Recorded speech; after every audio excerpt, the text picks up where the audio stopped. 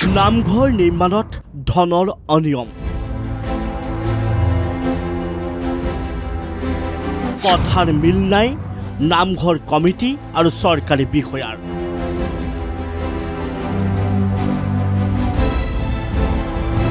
কিমান টকা বেংকৰ পৰা উইথড্ৰ কৰিলে নামঘৰ কমিটিয়ে?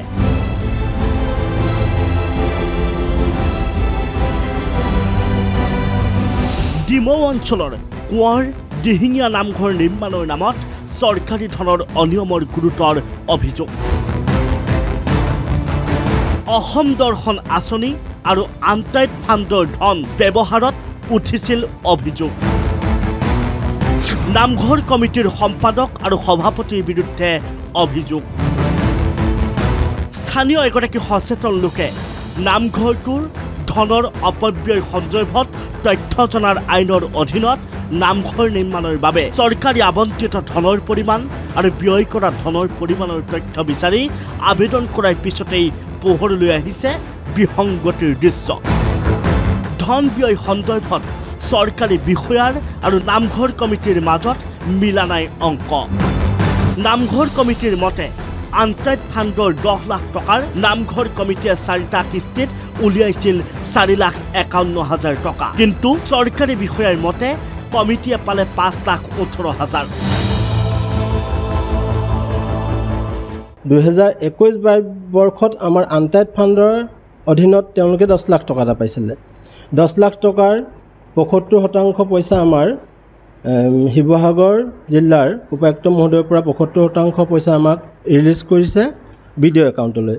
বিডিঅ' একাউণ্ট আৰু নামঘৰৰ সম্পাদিকা, কনষ্ট্ৰাকশ্যন কমিটি নামঘৰৰ সম্পাদিকা তেওঁৰ আণ্ডাৰত এটা একাউণ্টত ৰিলিজ কৰিছে।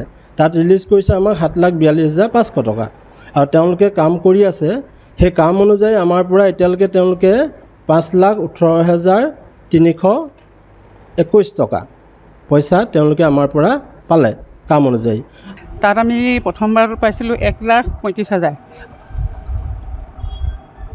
তাৰ দ্বিতীয়ত ওলাইছিলে 1,20,000, তৃতীয়ত ওলাইছিলে 1,42,000, চতুৰ্থত ওলাইছিলে 60,000।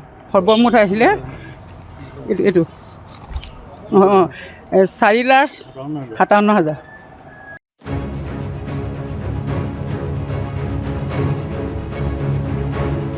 নামঘৰ কমিটি আৰু ব্লক অফিচাৰৰ অংকৰ মাজত মিলা নাই প্ৰায় 70,000 টকাৰ অংক।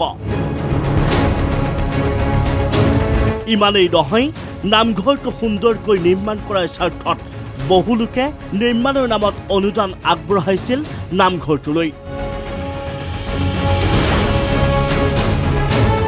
সেই অনুদানৰ তথ্য প্ৰকাশতো ব্যৰ্থ হোৱাৰ অভিযোগ নামঘৰ কমিটিৰ। নামঘৰ নিৰ্মাণৰ ধনতে নহয়, নামঘৰ কমিটিৰ সভাপতি সম্পাদকৰ বিৰুদ্ধে আছে আন বহু গুৰুতৰ অভিযোগ।